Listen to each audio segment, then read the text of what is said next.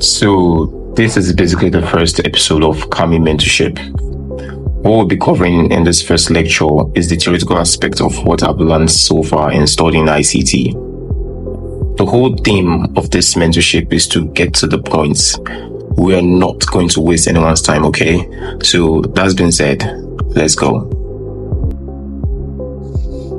The algorithm. We get taught that buying and selling pressure dictates market direction, but this is not entirely true. Instead, ICT explains that algorithms drive price movements in the market. That means the financial system is not only shaped by the randomness of trades, but managed through algorithms. An algorithm is responsible for moving price in the market, ICT. ICT refers to this as the Interbank Price Delivery Algorithm, IPTA, a system designed to guide price movements, create liquidity, and offer fair value. This knowledge allows smart money who understand how this algorithm works to profit from price movements. IPTA has two main goals, which is 1. Targeting liquidity above or below previous highs and lows. 2. Correcting areas where price action has been inefficient. Knowing where and when IPTA influences the markets and manipulate price can allow traders to reach great precision in their trading. AMD, which stands for Accumulation, Manipulation, Distribution. Everything starts with consolidation, ICT.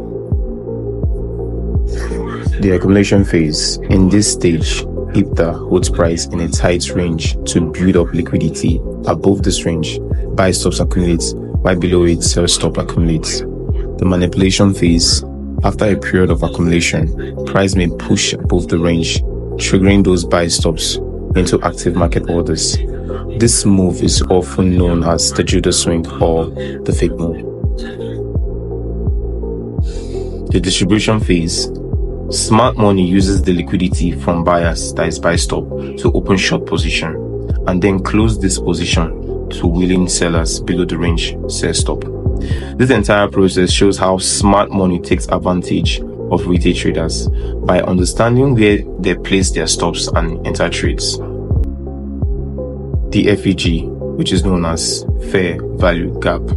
In part 1 of this series, we learned that IPTA not only engineers liquidity but also offer fair value for both buying and selling.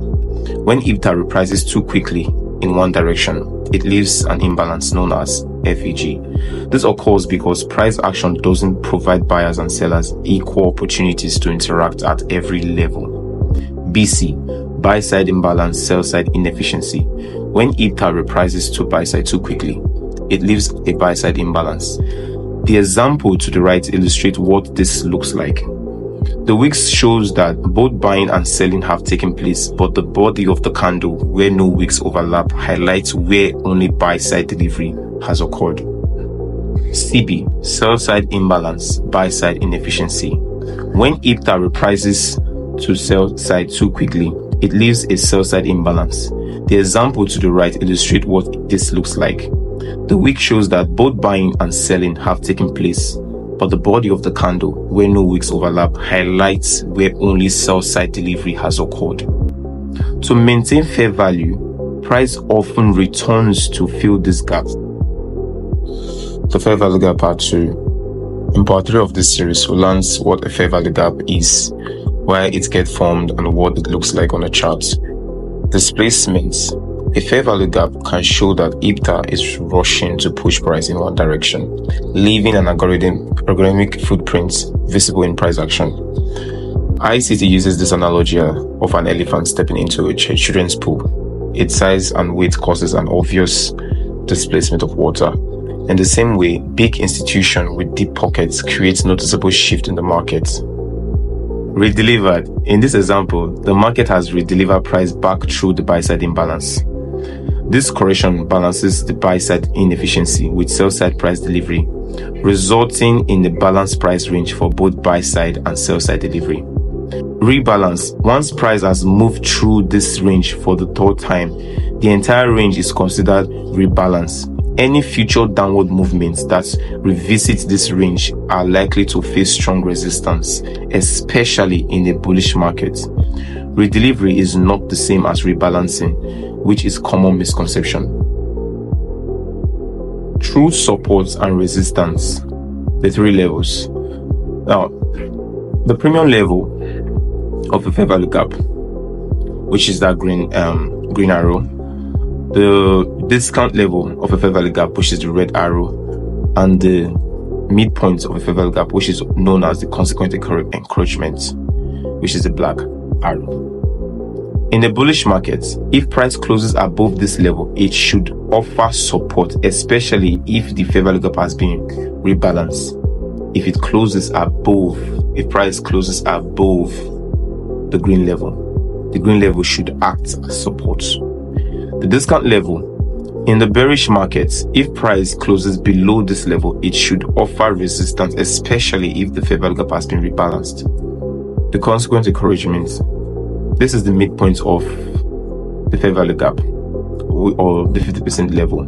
It often acts as support or resistance, but there are exceptions based on specific market conditions. The volume imbalance happens when there is a price area without a candle body, meaning only the wicks overlap. Since most of the volume is concentrated in the candle bodies, this imbalance is called a volume imbalance. Gap imbalance occurs when there is a complete gap in the price delivery, including no wick overlap. This is a real price gap in the markets.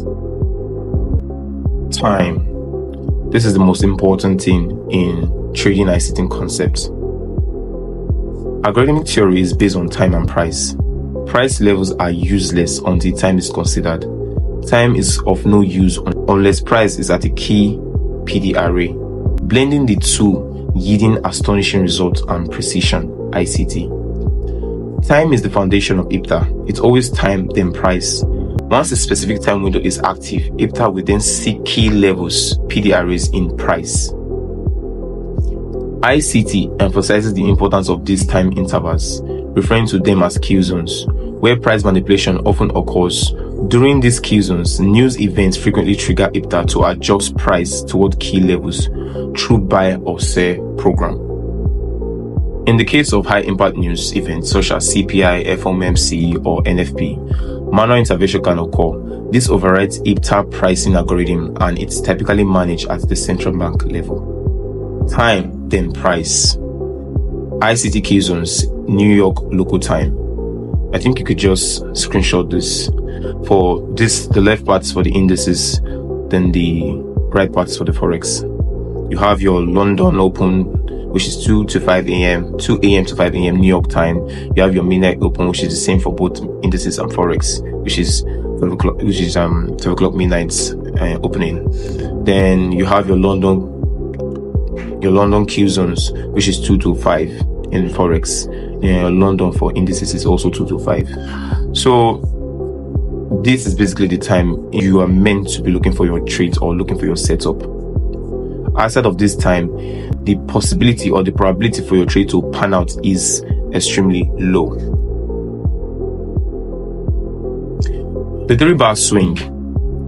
The pattern I'm going to show you now is very, very important going forward. It's going to be referred to a lot in my material, and it's actually the framework for a lot of price action analysis concept that you are going to learn. ICT. Swing high. The swing high is identified as the highest high, middle candle width, a lower high on the left and a lower high on the right. Swing low. A swing low is identified as the lowest low, middle candle width, a higher low on the left and a higher low on the right. A swing high on the higher time frame is a lower time frame accumulation, manipulation, and distribution. Institutional sponsorship. Looking at price action, we can observe the footprints of institutional sponsorship. The algorithms controlling asset prices are designed to work in synergy, influencing one another. This makes sense because when two asset classes are correlated, movement in one naturally affects the other. ICT calls this phenomenon SMT divergence, smart money technique. Use SMT primarily when it is in alignment with the present order flow. It will be flawless in your hands then. ICT. Correlated pair display a lower low as sell stop approach. Correlated pair 2 displays a higher low, indicating sell stops are not pushed. In this example, correlated pair 1 makes a lower low, taking out sell side liquidity. Since pair 2 is correlated, we expect it to do the same, but it doesn't. This shows strength in pair 2 as it resists taking liquidity. This divergence highlights smart money institutional accumulation, with pair 1 only dropping to grab liquidity before reversing higher. Institutional sponsorship part 2. In part 8 of this series, we went over what smart money technique SMT is and how it works on correlated pairs. SMT is defined as a cracking correlation between correlated or inversely correlated assets. It is a cheat code for identifying relative strength or weakness. SMT, inversely correlated pair 1, displays a higher low, indicating sell stops are not pushed. Inversely correlated pair 2 displays a higher high as buy stops are pushed. In this example, inversely correlated pair 1 fails to take out sell side liquidity. Since pair 2 is inversely correlated, we expect it to do the same and fail to take out buy side liquidity, but it doesn't. This shows strength in pair 1 as it resists taking liquidity. This divergence highlights smart money institutional accumulation, with pair 2 only going higher to grab liquidity before reversing lower. SMC cheat sheets. In part 8 and 9 of this series, we went over what SMT is and how it looks like on correlated and inversely correlated pairs. We have, for direct correlation, we have Euro GBP for Forex, AUD NZD, DXY USD JPY, DXY USD CHF, DXY USD CAD. While for indices, we have ESNQ, ESYN, NQYN. Commodities, we have CLNG and SLGC. Directly correlated asset moves together in the same direction. Ideally, they move in sync and in harmony. For inverse correlation, for Forex, we have DXY GP USD, we have DXY Euro USD, DXY NZD USD, DXY AU USD. For indices, we have DXY ES, DXY NQ, DXY YN. Inversely correlated assets move in opposite direction but stays in sync with each other. The power of 3. Accumulation, manipulation, and distribution is a cyclic sequence of events that happens on every time frame. The part 2 of this series explains the AMD. The power of 3 concept helps us navigate price movement by focusing on specific levels. The power of 3 occurs on every time frame, but for the purpose of this series, we'll focus solely on the daily candle. For this, we'll use the midnight New York EST opening price as our key reference point. The true day opening price on a buy day, the goal is to buy below the opening price, while on a sell day, we aim to sell above it. The classic buy day. In this example, the OLHC, which is the open, low, high, close, represent the daily candle. The midnight AM opening price acts as our anchor on a bullish day. The goal is to buy at or below the opening price. As the low forms, the candle closes doesn't matter. Our focus is on capturing the expansion move higher. The classic sell day. In this example, the OHLC, open, high, low, close, represent the daily candle. The midnight AM opening price acts as our anchor on a bearish day. The goal is to sell at or below the opening price. As the high forms, the candles closes doesn't matter. Our focus is on capturing the expansion move lower. As covered in part 11, part 3 is built around the 3 main phases of price movement: accumulation, manipulation, distribution. This strategy helps us to understand how price behaves in both bullish and bearish markets, and enables us to apply the concept across multiple time frames. Since price is fractal, the power of 3 applies to any candle regardless of the time frame. The bullish power of 3. Price ranges around the opening price. There is the accumulation phase. The price moves below the opening price. That is the manipulation phase. Then price moves back above the opening price and starts to expand upward. That is the distribution phase. Then the power of 3 for bearish scenario. The price ranges above the opening price, accumulation phase. The price moves above the opening price, manipulation phase. Then price moves back below the opening price and starts to expand downwards. That is the distribution phase. The PD array matrix, which is the premium discount array matrix. When price leaves the signature I teach as PD arrays and time is aligned, price will book to the next PD array in the present program, be it sell or buy program, ICT. Arrays are specific price levels stored in ICT repricing framework tied to a premium or discount market. These arrays serve as key levels and become active when time aligned with price. In ICT concept, we don't rely on zones. Instead, arrays are precise levels that can be analyzed and adjusted as needed. Each swing in the market contains multiple arrays, which act as areas of support or resistance. By studying how price behaves at these critical levels, we can understand the flow of the market in both bullish and bearish scenario. All PD arrays are found within the power of 3. The PD array metrics: hold highs or low, the rejection block, the bearish order block, the fair value gap, the liquidity void, the bearish breakout block, the bearish mitigation block. That is for the premium market. For the discount market, it's the same thing: the bullish mitigation block, the bullish breakout block, the liquidity void, the fair value gap, the bullish order block, the rejection block, and old low or high. Now for the order block, what makes an order block valid? It has to have an imbalance. Without the imbalance, there is no order block, ICT. A down close candle or a consecutive down close candle that runs sell side liquidity as point 1. Point 2, the down close candle or candles come into a higher time frame support level. Point 3, the down close candle or candles become a valid order block once we close above its high. A high quality order block will have a fair value gap directly above its displacements. A high quality order block will have a fair value gap directly above it. When price comes back down, the most important area of the order block will be high to the mean threshold, that is 50%. We don't want price to violate this area. If the order block is valid and we are in a bullish environment, price should react from it and ICT will reprice higher. So point 1, the sell side liquidity. The candle took out a sell side liquidity hold low. Point 2, the point 1 is the hold low sell side liquidity, while the point 2 is the candle taking out the point 1 hold low. Then point 3 is the bullish candle closing above the high of the point 2 candle. Then point 4, a fair value gap was created. Then point 5, the market retraces back to the opening of the order block. Then point 6, we see the market moving away from the order block. A high probability order block will usually be found around the equilibrium level of a consolidation range. Next, the breaker block. You have to understand where there is liquidity. The best breaker are going to seek 2 levels of liquidity: the short term and then the higher time frame liquidity, ICT.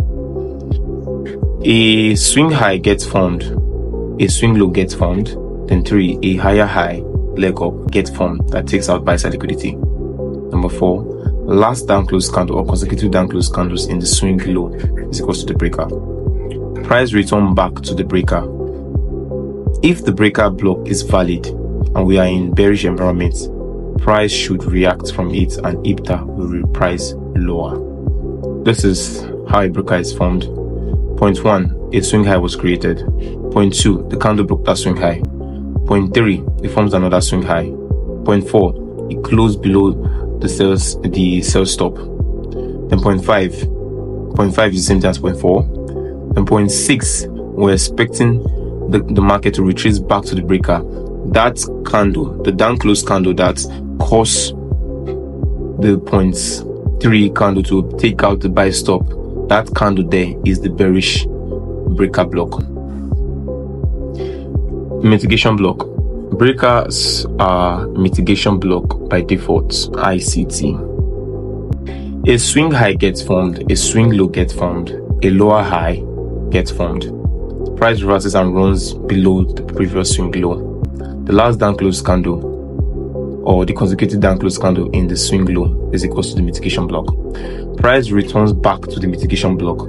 If the mitigation block is valid and we are in a bearish environment, price should react from it and ICT will reprice lower. So this is the picture representation for what I just said about the mitigation block. Dealing range. Market moves within ranges, and understanding how these ranges form is key to understanding price delivery. A daily range is created when price sweeps buy side and sell side liquidity, forming a new swing high and low. The area between these 2 points becomes the current dealing range. Within this range, IPTA seeks premium and discount array, fair value gaps, internal range liquidity, highs and lows within the range. IPTA also targets external range liquidity where institutional traders offload positions above the range high or below the range low. IPTA also targets external range liquidity where institutional traders offload positions above the range high or below the range low. Price constantly moves between internal and external liquidity unless manually influenced. The expansion move lower has run sell side, creating a new low. The expansion move higher has run buy stops, creating a new high. That forms a new dealing range. You want to buy in a discount and sell in a premium. That wraps up the first episode of this mentorship series. Yeah, I'll admit it was kind of on the boring side, but from the next episode onward, we are diving straight into the chart and putting all the theories we have learned into real-time action. Thanks for sticking it out with me on this one. Don't forget to like and subscribe. Upcoming episodes will be shared in my Telegram group. The link is in the description below. Thanks for watching.